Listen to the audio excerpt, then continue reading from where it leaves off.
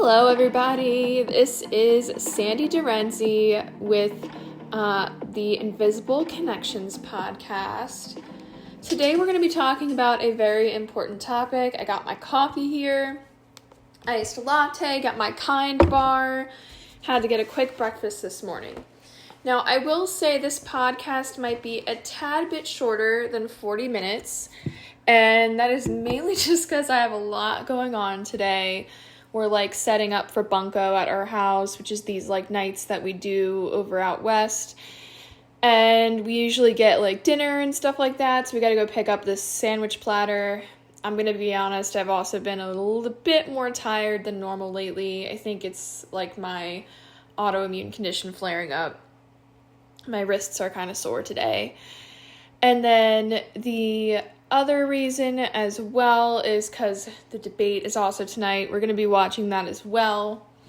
Now, I won't share my political values on this because I am a libertarian, which means I'm in the middle, which often a lot of times gets both sides to try to convince me to actually pick a side, and I normally don't. So if you're watching this, please just respect my decision to not name my political party on, well, I guess I technically did, but who I'm voting for.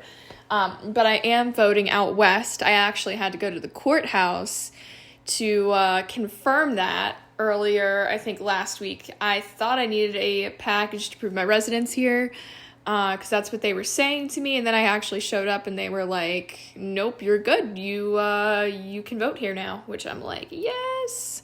I tried to do the mail-in ballot, but it was too complicated, so I just decided, easier to vote here.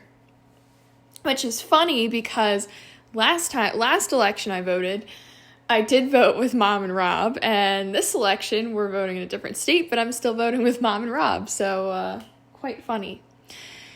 Anyways, so today we're going to be talking about more of a serious topic. We are going to be talking about suicide awareness, mainly because it's the month of September. Things start to get hectic in September. We have back to school. All the kids are going back to school, and if they got bullied, that's kind of hard. And then also students with accommodations, and then teachers are coming back to school, and we're kind of getting back into the it's fall type, season. And I'm going to be honest, I really didn't like fall till this year. Some people might, I might be generalizing, but things in September generally go back to business as usual, and that's most of the time when people get depressed. So I think this is a good time to talk about suicide prevention. Now, before I continue, I want to say viewer discretion is advised. I am actually going to mark this episode as for adults and not for children, mainly because I just want to make it clear I'm trying to filter things out a little bit. I know this can be a very tough subject for kids, and I want parents to decide when to talk to their kids about this, and if that's when they're older, I want to give that option. So I am going to mark this episode as viewer discretion advised. Just trigger warning, if you've struggled with suicidal thoughts or severe depression, then that's what we're going to be talking about. And if that's triggering to you, please watch the next podcast episode on Thursday. And we will be talking about back to school tips on Thursday. If you are struggling with suicidal thoughts, please call or text 988. Just wanted to throw that out there before we start. And I'm going to drink my coffee here because I'm just waking up and I'm still exhausted. Oh, vanilla latte, the best, but I'm starting to like pumpkin spice. I got pumpkin spice syrup coming. Anyway, back to the topic at hand today. So to start off, I looked up some studies. I had a very hard time finding studies in 2024. A lot of the things that I found were 2022, and I don't know if that's because we're in the year 2024 and we're still doing studies on, suicidal thoughts. As of 2022, suicide is the 11th leading cause of death in the U.S. Now, I will say, I'm pretty sure I'm going off of memory here, but I think it used to be like the third leading cause of death, or second or third, somewhere up there, because that's what we were told in health class in high school. So it's definitely gone down, which is good to see, but it's still on that list, and a lot of people are still not doing well from suicidal thoughts. 49,476 Americans died by suicide in 2022, and 1.6 million suicide attempts happened in 2022. The other statistic to keep in mind is that according to Autistica, up to 66% of autistic adults have thought of taking their life, and 35% have attempted suicide. So a great chunk of people. But I will say one thing I want to also keep in mind as well is not only is it important to think about the people who have tried to take their life or have had suicidal thoughts, but this month is also about thinking about people who have lost someone to suicide, someone who's fighting suicidal thoughts but might not have a plan. If you're in love with somebody who's suicidal, or if you have no support system, it's important to keep those people in mind, or the people that are even scared to speak up. Fear of speaking up about suicidal thoughts is a real thing, and I think it is important for us to create a society and a support system that allows people to share these thoughts.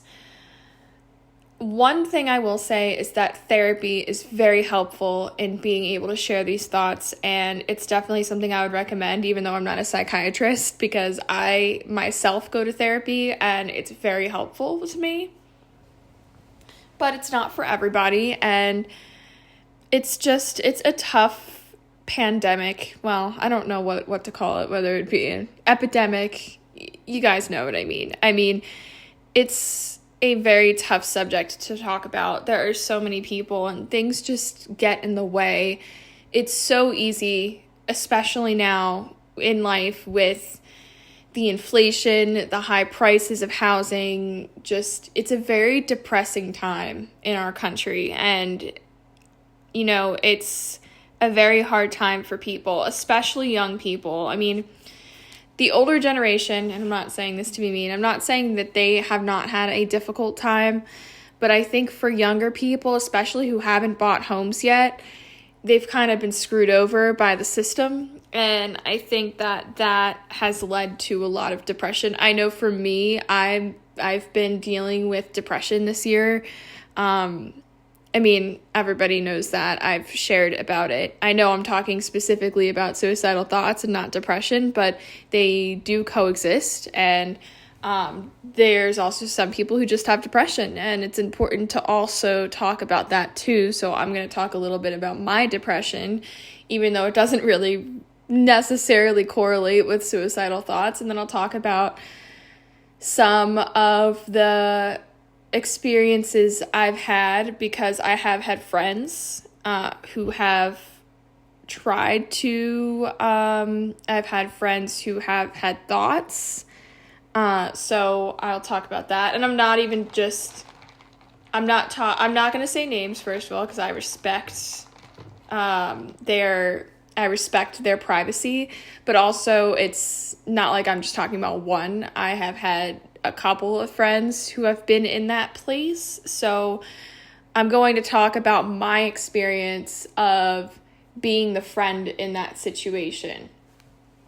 But before that, I'm going to talk about my depression. So, yeah, I think I talked about this a little bit in a previous episode, but I think I've always dealt with anxiety. I don't know if I've necessarily always dealt with depression, but I think it kind of almost added this year to anxiety and depression. But I've had panic attacks for a while now, on and off, and they're very hard to deal with. And as an adult, I now have anxiety and depression. And depression can really get you in a very dark place. It messes with your nervous system. Like, I literally would get sick all the time. Like, I had gut issues. I had just this, like, uncomfortable feeling being around people. Like, I just wanted to be alone a lot of the time, and I didn't want to share my feelings because I didn't feel safe sharing my feelings. I felt very isolated, and I'm lucky to have someone like Craig in my life, and also a good amount of friends and support system, and my mom as well, who has been there for me so much through all of this. I mean, I'm going to admit to you, there are times where I have been irritable. There are times where I've pushed people away because of my depression, and they have continued to be there for me regardless of me pushing people away. And it's just been amazing to have a support system like that. And in case those of you who are not depressed are like, well, why would you push people away? That's part of it. It's a very difficult thing to explain, but for me, I think the reason I pushed people away a lot is because I was just let down so many times. I grew up making friends, and these so-called friends would stay in my life for 4 or 5 years, and then one day they would just turn around and be like, you're not that important to me anymore.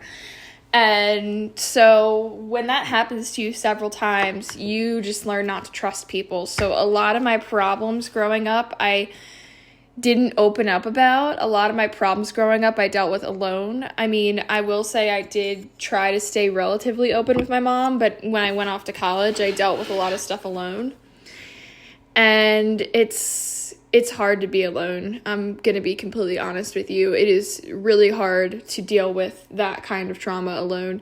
And I did not really ask for help until my junior year of college. And then, I decided to see a therapist because I was dealing with a lot of anger.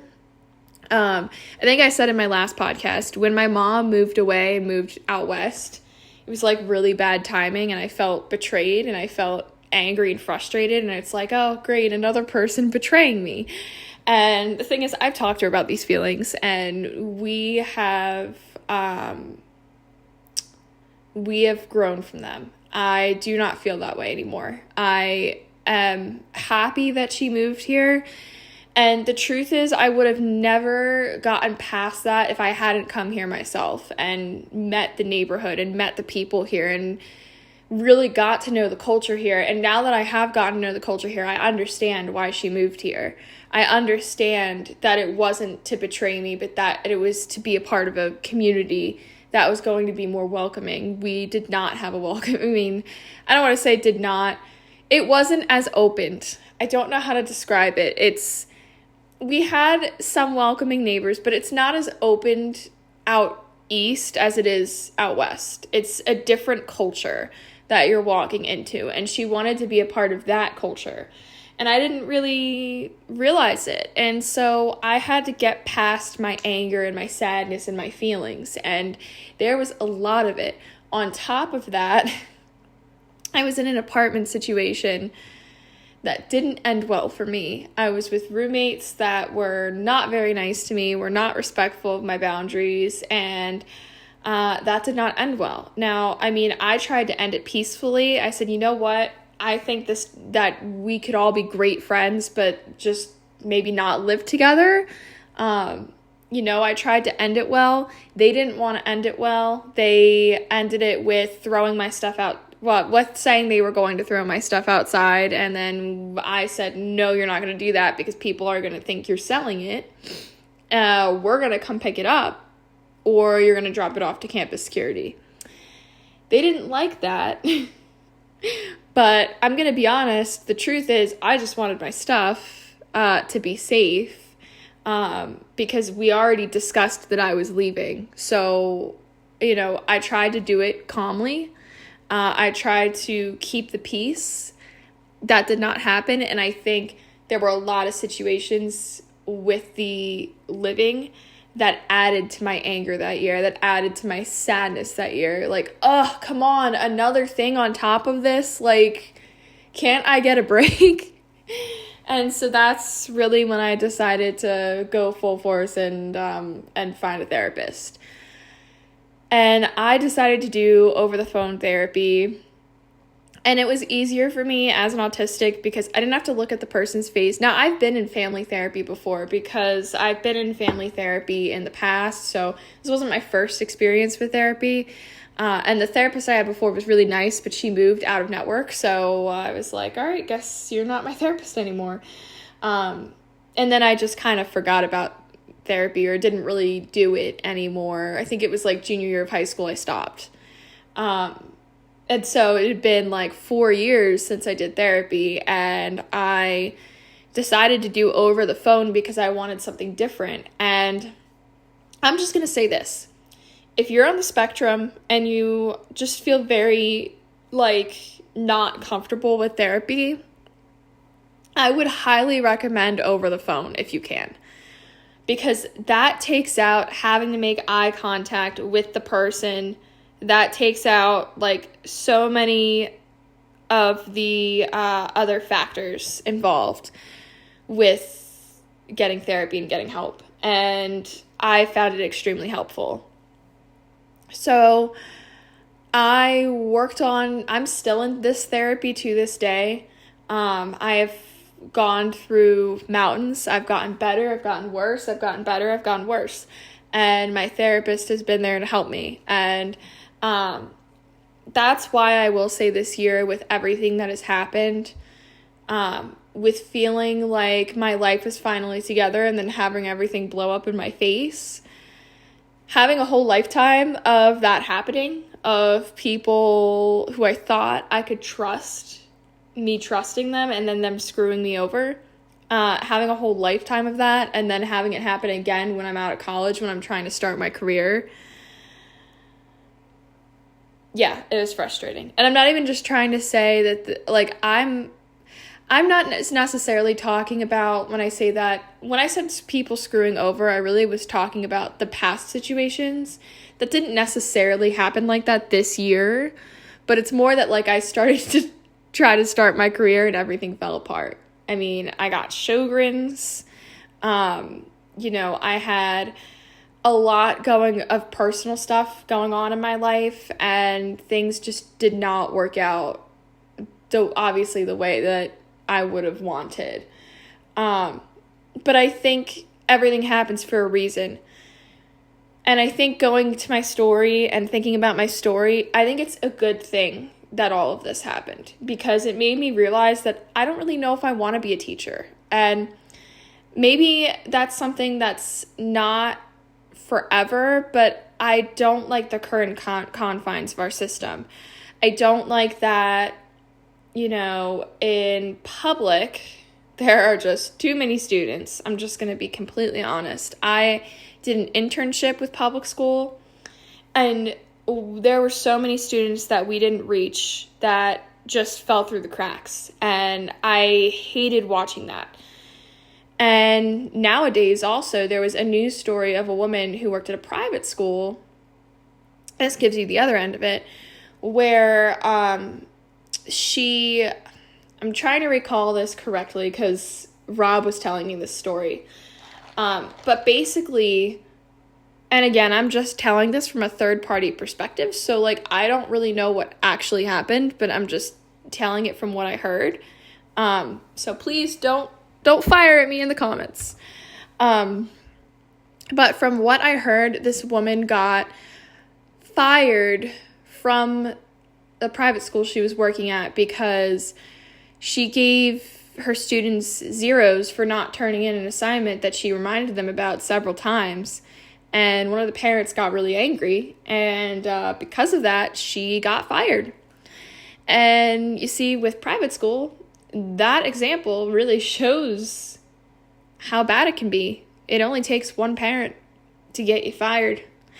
The other thing, too, is I also heard of another experience that happened negatively, where The school did not defend this person, and they ended up getting hurt. I don't want to talk too much about that one because it's like personal, but either way, it's just sad where our school system is going. So I think this whole situation and my whole story made me really reflect, and I decided to leave and get out of where I was and come over here. And I can't stay here permanently because I cannot leave my relationship with Craig. But what I will say about my time here is that it has made me realize that I don't necessarily want to go back into teaching for a while until things get better. Because I want something where I'm going to be able to keep my job, and I think I teach in such a unique way that some people might not like it, and I don't really want to work in public school, I'm going to be honest. So I don't know if teaching is for me, because I don't know if I could maintain a job with our current school system. I think things need to really, really, really improve drastically, because there are a lot of teachers jumping ship right now, and it's a problem. And even here out west, there are so many job openings for teachers. I have had people beg me to apply, but I'm not wanting to teach right now. I think I just really don't want to go back to it until things change. Okay, now we're hitting our halfway point. Actually, a little more than halfway. So I am Teamwork Wins board secretary, as you all know. And our job is to help people with invisible challenges. And I pride myself in doing this kind of work with Adele. And we are relaunching some of our programs. The final Pardon program is starting, and it is such an amazing program. So I highly recommend you guys check out our website, teamworkwins.org. And also the GoFundMe is in the description. Please, please, please, please donate. We are trying to make capital, and it is such an important cause, and I can promise you that that money is going to be used to a good use. We are going to try to make some amazing life-changing programs for those in the prison system to help them, as well as those on the spectrum and those with other invisible challenges. We're going to try to help them as well. So here is our little ad. Oh. We're back.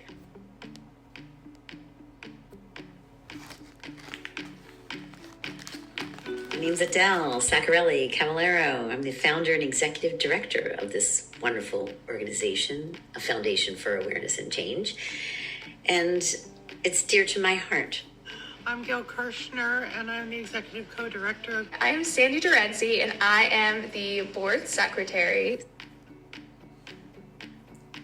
Hey, is Teamwork Win still running? Well, we're on hiatus for a little bit. Or no, during COVID, we had to stop a little bit.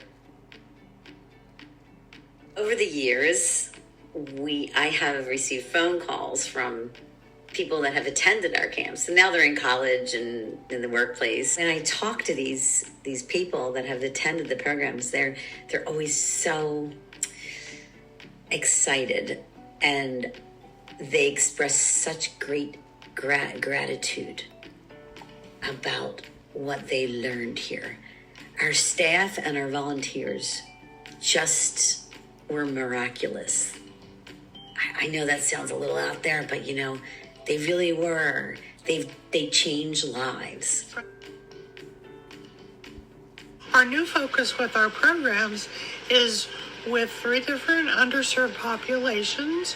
One is underserved youth who are at high risk for getting into trouble, having difficulty in school, and not being happy and successful.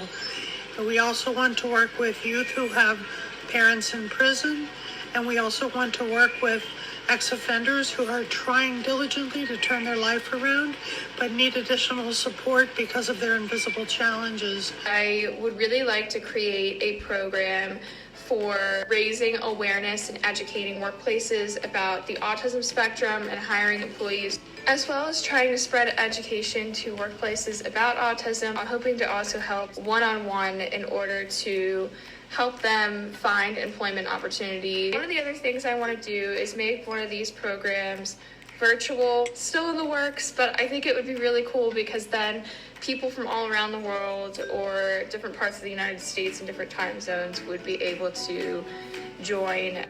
We have a lot to do about awareness and change.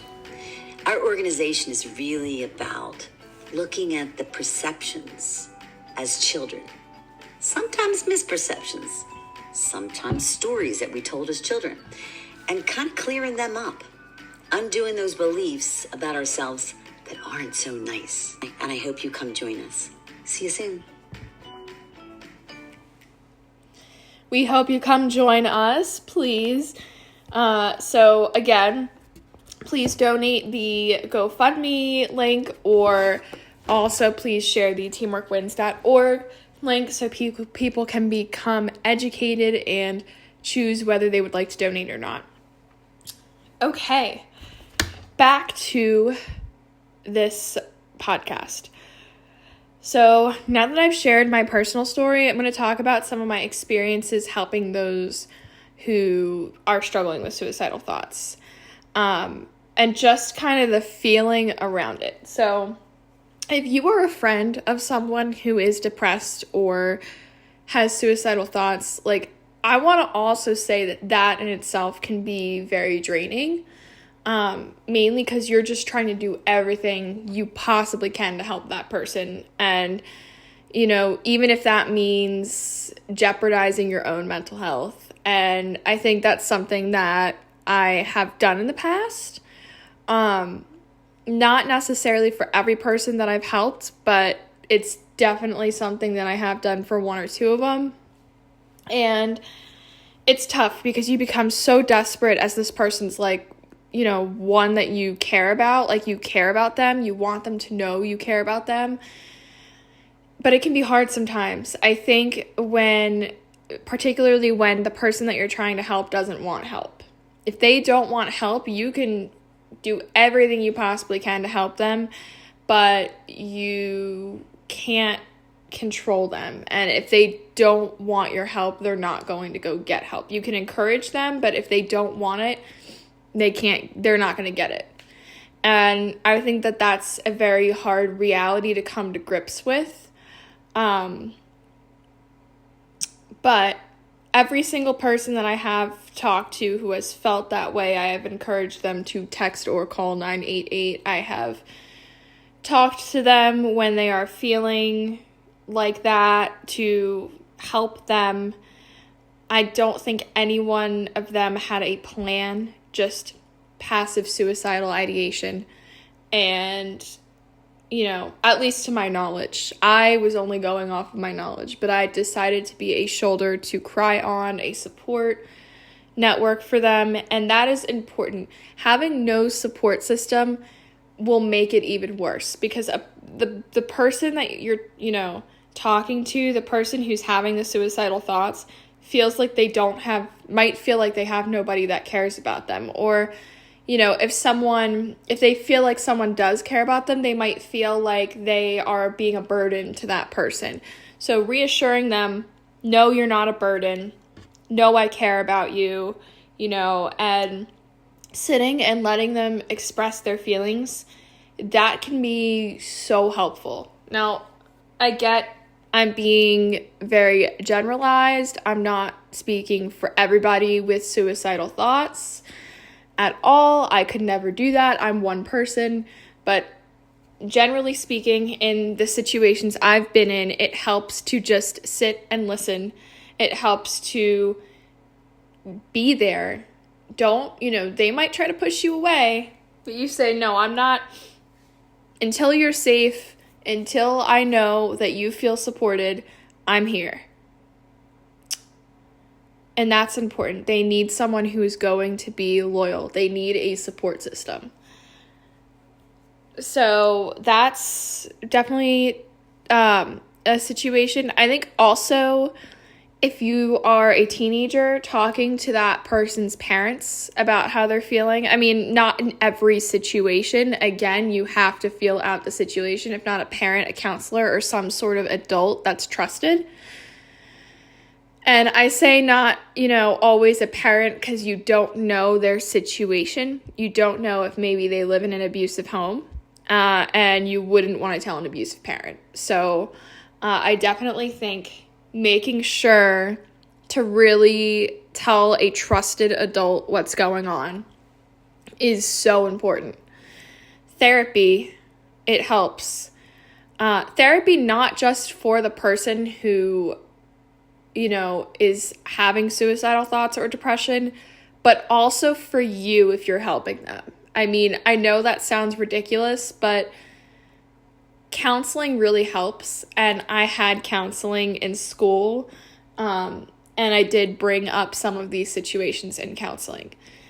And it was just helpful to have someone there. Now, I didn't have the best counselors, but there were a couple years. I remember there were like 2 counselors that I had for a couple years that were actually very good in the school before they quit or something happened to them, and then it went downhill.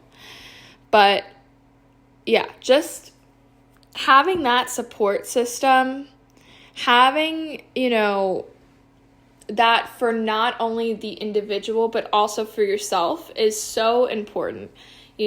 Loving someone who has these thoughts, loving someone and supporting someone, those are hard things to do, to constantly reassure. And I'm not saying that to minimize the depressed person. I'm saying that because we all need a support network, like a support tree. So, definitely keeping those things in mind.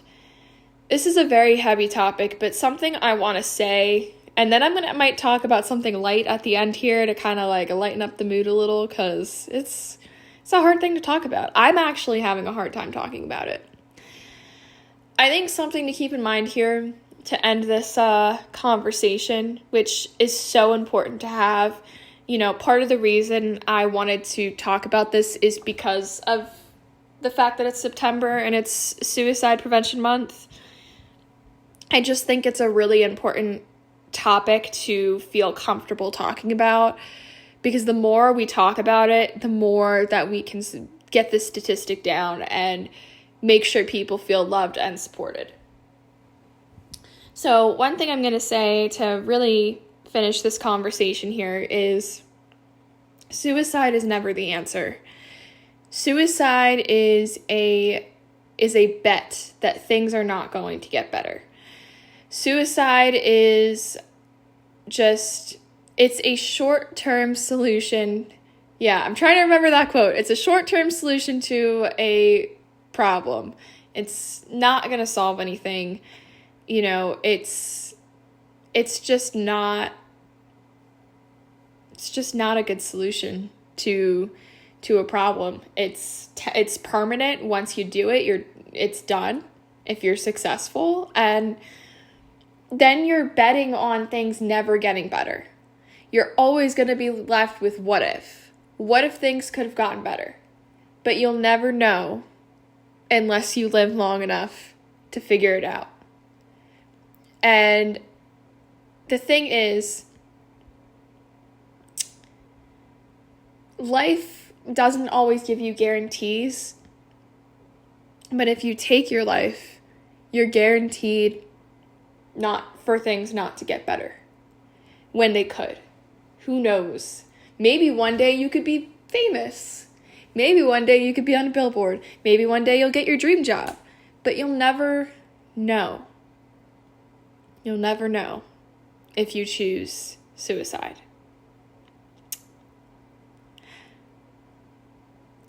I just thought it was important to bring up that point. And hopefully I did it in a good way, because I'm going to be honest, if y'all are judging me on my wording here, I'm just completely going off script and trying to word it in a way that makes sense. So I hope I didn't offend anybody. But I think now we can talk about more lighthearted things before I end the podcast, because that's heavy stuff. Okay, lighthearted things. So I am really excited because I got a package. As you all know, I'm One Piece obsessed, and I got this cute little wallet that has Luffy's face on it.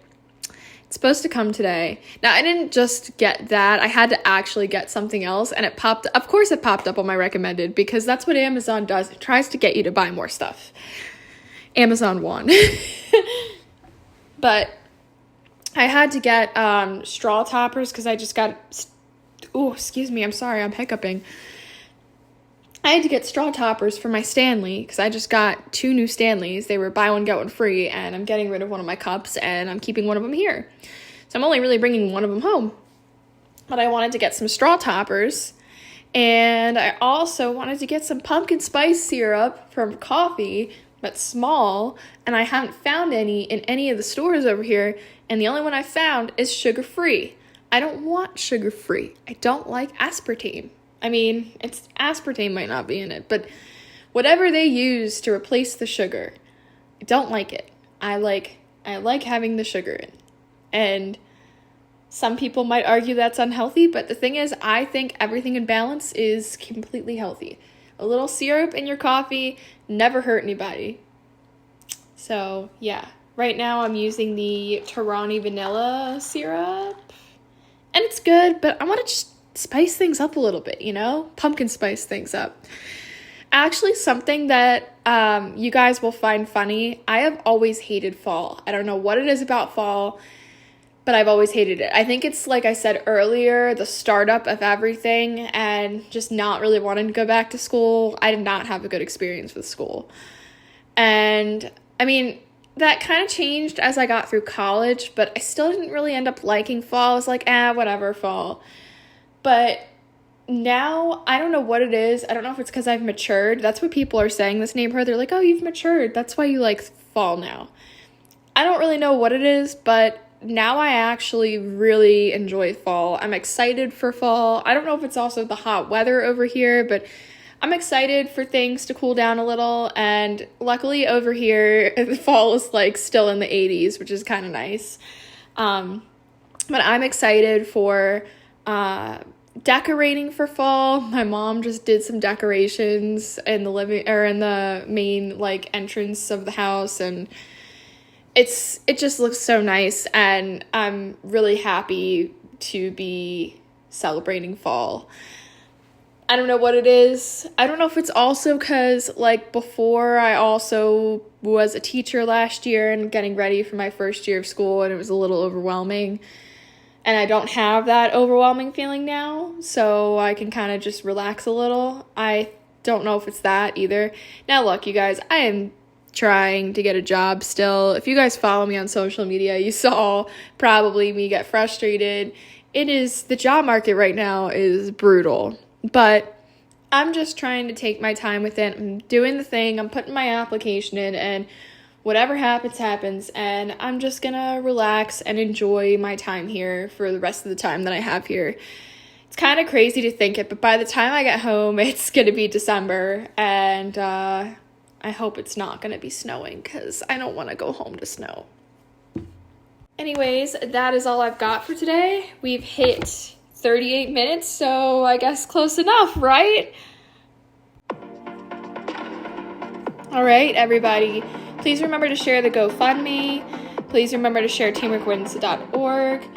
This has been Invisible Connections with Sandy Dorenzi, and I will see you on the next episode. Bye, everybody.